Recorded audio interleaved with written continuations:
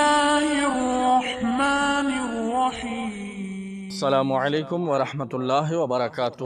غلام نے دھوپ سے جوتے اٹھا کر چھاؤں میں رکھ دیے۔ آقا کی نظر پڑی کہ غلام نے بنا میری اجازت کے جوتے دھوپ سے اٹھا کر چھاؤں میں کیوں رکھے۔ فوراً غلام پر غصہ ہوا، کیوں جوتے وہاں سے اٹھائے ہیں؟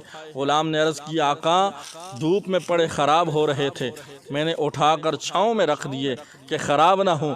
آقا نے کہا، نہیں نہیں، تجھ میں تکبر آ گیا ہے، تیری ہمت کیسے ہوئی کہ بنا میری اجازت کے تو نے میرے جوتوں کو ہاتھ بھی کیوں لگایا؟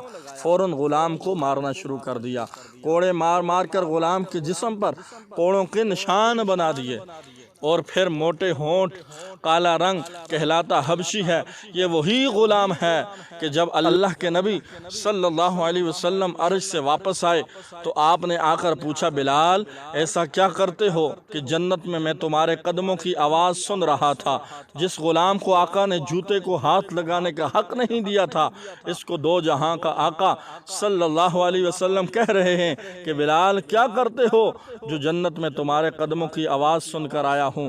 یہ ہے آقا کریم صلی اللہ علیہ وسلم سے جڑنے کی نسبت۔ حضور سرور دو جہاں صلی اللہ علیہ وسلم جب معراج پر گئے تو حوروں کی سردار کہتی ہے، یا رسول اللہ صلی اللہ علیہ وسلم، آپ نے سب کو کچھ نہ کچھ عطا کیا ہے، نوازتے ہیں سب کو، مجھے بھی کچھ عطا کر دیں۔ آپ صلی اللہ علیہ وسلم نے فرمایا، جا تجھے بلال دیا۔ وہ حیران ہوئی کہ میں جنت کی حوروں کی سردار کہنے لگی کہ میں جنت کی حوروں کی سردار بلال کو جیسا کالے رنگ کا حبشی ہے۔ حضور سرور دو جہاں صلی اللہ علیہ وسلم نے فرمایا، ابھی تو میں نے بلال سے پوچھا ہی نہیں وہ تجھے پسند بھی کرتا ہے یا نہیں، اب عشق پہ کیا لکھوں؟ میں نے جب بھی یہ عشق پڑھا حضور کے عشق میں رونے کو جی کرتا ہے۔ جب حضور سرور دو جہاں صلی اللہ علیہ وسلم نے دنیا سے پردہ فرمایا تو حضرت بلال نے بہت لمبے عرصے کے لیے اذان نہ دی۔ بہت عرصے بعد ایک دن اذان کے لیے تشریف لائے، آہوں سے بھرے منہ سے چند لفظ زبان سے ادا ہوئے کہ کملی والے کے عشق کی یاد آ گئی اور بے ساختہ رونے لگے۔ میں گنہگار سوچتا ہوں رونا کیوں نہ آتا، جس یار کے کہنے پر اذان دیتے تھے اور جس نے غلام کو حوروں کی ملکہ کا سردار بنا دیا، اور جس سے قربت ہونے پر حضرت عمر رضی اللہ تعالی عنہ نے ہاتھ چوم کر کہا، بلال دنیا تجھے غلام سمجھتی ہے تو سمجھے میرا تو آقا ہے۔ رنگ کالا بھی ہو تو بلال جیسا حبشی بھی وہاں کیا مقام پاتا ہے، لیکن قربت میرے نبی سے ہونی چاہیے۔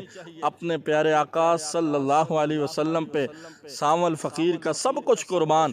اللہ جی کوئی سبب نہیں، کوئی ذریعہ نہیں، پھر بھی مجھے پہ یقین ہے کہ مجھے تو میرے آقا صلی اللہ تعالی علیہ وسلم سے ضرور ملائے گا، مجھے میرے آقا کی قربت عطا کرے گا انشاءاللہ۔